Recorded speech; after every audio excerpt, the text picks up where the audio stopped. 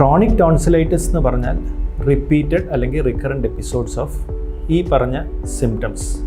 അപ്പം സാധാരണ രീതിയിൽ ഇതിന് ക്രൈറ്റീരിയ ഉണ്ട്.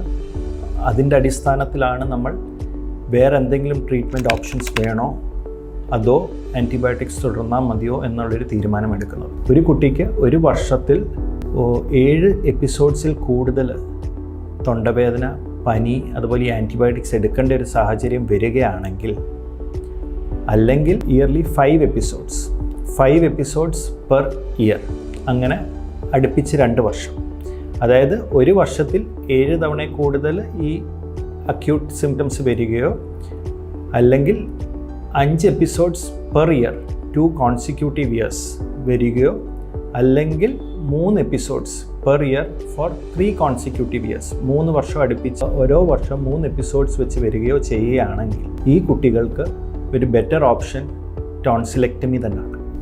ടോൺസിലെക്ടമി എന്ന് പറഞ്ഞാൽ സർജിക്കലി നമ്മൾ ഈ ടോൺസിൽസ് റിമൂവ് ചെയ്യുകയാണ്. അങ്ങനെ ആണ് നമ്മൾ അക്യൂട്ട് ടോൺസിലൈറ്റിസ് മാനേജ് ചെയ്യുന്നതും ക്രോണിക് ടോൺസിലൈറ്റിസ് മാനേജ് ചെയ്യുന്നതും. അപ്പോൾ ഇത് തമ്മിലുള്ള വ്യത്യാസം മനസ്സിലാക്കുക.